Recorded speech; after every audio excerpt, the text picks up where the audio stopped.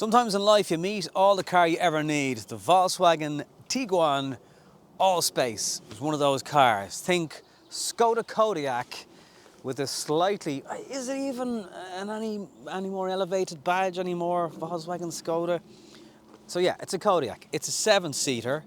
It's sitting on upgraded Sakura alloys, which are gorgeous. An Orline kit, which is gorgeous. Roof rails, nice exterior colour. The grand total of this car is €60,000. It's not cheap, but if you want a family bus that will literally do it all, you won't always need the extra row of seats, but when you do, they're there. You've got upgraded lights, nicer interior. Let's check out the boot first of all, because you're probably going, what's the back of this car like? Welcome to Now Beyond Cars. Hit subscribe if you haven't done so yet, please. And let's check out the car together. It's not really like the exterior of the car from a standard Tiguan is massively different. Like the overhang, yeah, a little bit, because you've got more boot space going on here. But to the untrained eye, you may not know, although it does say Allspace on the back. And that might be important if you're on a school run to tell the other mothers that you spent the extra few quid in the car. If I was Matt Watson, I'd probably try and stick that stick there somewhere, but I'm not, and I'm never going to have as many subscribers, so I'll just keep going, will I? But yeah, fake exhaust down the back.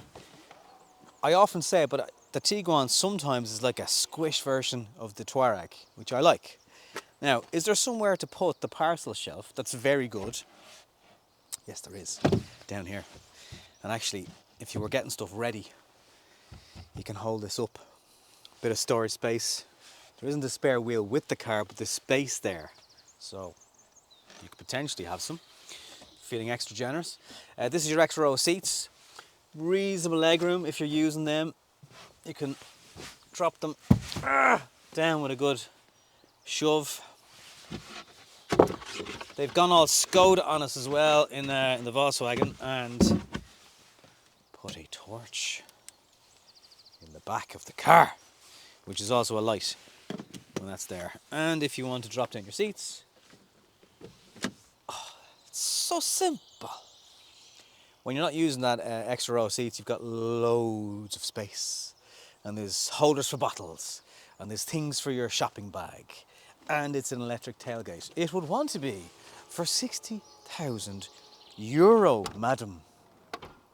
My children, who I love dearly, have annihilated the backs of these seats, but thankfully it's all wipeable. You could get 2 child seats, bigger ones on the outside. Don't know if you fit a boost in the middle. Probably a tight squeeze, but you do have the extra seats obviously for that. There is tons and tons of leg room, can't complain. You've got climate control on the back, USB-C charging. You're not using that middle seat, you've got an armrest. You can adjust this row to give your extra row passengers more or less leg room. And in this car, it has storage fitted in here. Now, you could possibly sit some sort of a tablet, although I wouldn't recommend to get one for the back of the actual chair. It's probably safer. But you could actually drop a phone in there. They're kind of handy, actually, storage areas. There's plenty of space. There's space for storing things in the door pockets. I think everyone would be kind of happy. Yes, there's a big middle hump in the floor. That's really the only negative space that I can talk about, but it's good leg support, good thigh support actually, and because those seats are high up, you can actually get your feet under it and have the backs of your legs supported. Not all cars do that. Oh yeah, I hear you. Cars really like beeping at you these days, don't they? Okay, so we've got storage for drinks and bottles. They're adjustable. Press a little button and it grips your bottle. Shout out to VidHit, Irish company. Haven't asked me to say this, but fair play to them. Armrest is adjustable and raisable. I love that. Old meets new. So haptic steering wheel, older infotainment system, older climate control system, works like a peach. In here, glove box is climate control, so you can keep things cold. Although I think you need it on for a while. I've managed to get that to be any particular cold vibe. Extra stuff in here. I hid a phone in there. Wouldn't recommend that when I was going swimming the other day, but useful. Full colour displays. You can adjust them. You can have your sat nav screen in the centre, So you try not to get lost and have rows with your missus. I told you it was the other turn. No, you didn't. And then all your buttons here, self-parking, front and rear collision, different modes can be flicked through. Modes. It's family, people carrier. Come on, like. And loads of adjustment in your steering wheel, whether you're tall, short, you like sitting on the top of it, or a little bit back here, somewhere along the lines. Yeah, so that's grand. You can also operate the boot from in here with a little button. You can't close it though, that's kind of annoying. You've got to jump out and sort it. Nav is built in and integrated, although it just works perfectly with the CarPlay. The odd time I've had to take the phone out, plug it back in, take the phone out, plug it back in, and then it connects. It's my only real connectivity issue with the car. No wireless charging going on again, you might expect there to be a bit of that. And the Orline seats are very, very comfortable. Main engines to consider in the Tiguan Allspace, the 2-litre 150 brake horsepower TDI or the 1.5 150 brake horsepower petrol engine. They're kind of it. You're going to want one or the other.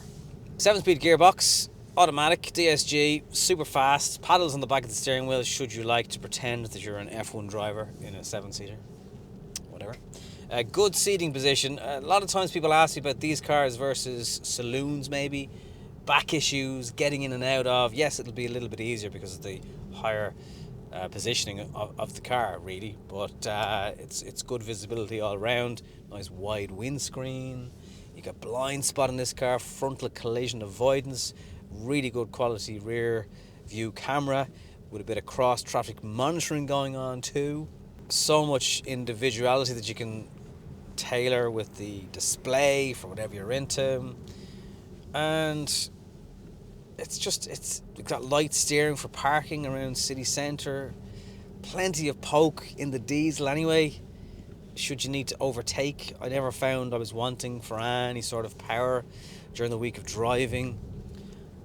Look, the Tiguan wouldn't be as successful a car that it has been for Volkswagen if it wasn't good. Now, it's been around a good few years, so things from Kia and people like that, like for the price of this, you'll get a Sorento, which technically on the inside is more advanced. You may not want to spend €55,000 on a Kia, I understand that. Although plenty of people would argue otherwise with the EV6. And the amount of these you see on the road also argues that plenty of people will spend money on a car that, you know, to car fans, they'd be allergic to. But it's all about your individual needs. What do you need as a family? And do you still, you know, like to have a premium badge on the nose of your car, which in this case, for Volkswagen, that's what you're going to get for the money. Can't argue at all really with the fuel economy. Longer runs, you'll get 6 litres per 100 kilometres. A little bit of stop-start around city centres, that'll climb to somewhere between 7 and 8 litres per 100 kilometres. But generally, you're going to sit on the better side of 7, you know, somewhere around 6.5. These alloy wheels, if you're going over ramps as I am now, and you don't really slow down, you get a bit, it's not wheel hop, it's like this clunk when you go over them. And you do feel, am I hurting the car here with the suspension or what? So if you are going over ramps and you've got these gorgeous looking Secura diamond cut alloy wheels, just take it easy, yeah? Just relax, man. Diesel engine can be a bit clattery on startup when it's cold, driving away from a stop. Once it gets moving, you don't hear it. So it's pretty refined overall. I've got to be honest though, looking around the interior, there really is so little between this and the Kodiaq. Build quality in the interior, so many of the plastics used are the exact same. The switches are the exact same. You'll get a Sportline Kodiaq for the same money, so even in that sense, the price comparison, there's nothing in it.